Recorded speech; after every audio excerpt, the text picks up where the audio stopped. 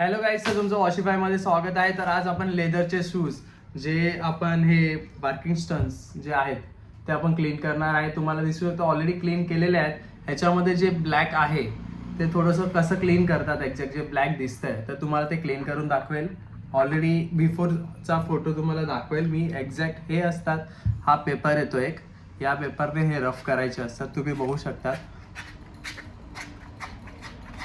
जे पण पाण्याचे डाग आहेत ते निघून जातात.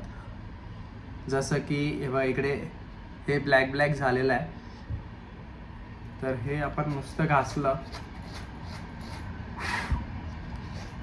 की हे निघून जातं. ह्याच्यानंतर आपला जो रबर येतो लेदर शूजचा ह्याने घासायचं असतं.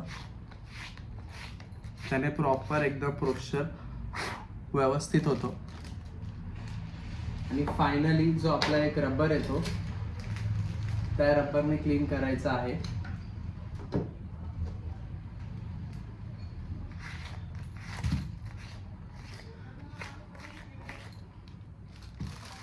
तुम्ही बघू शकता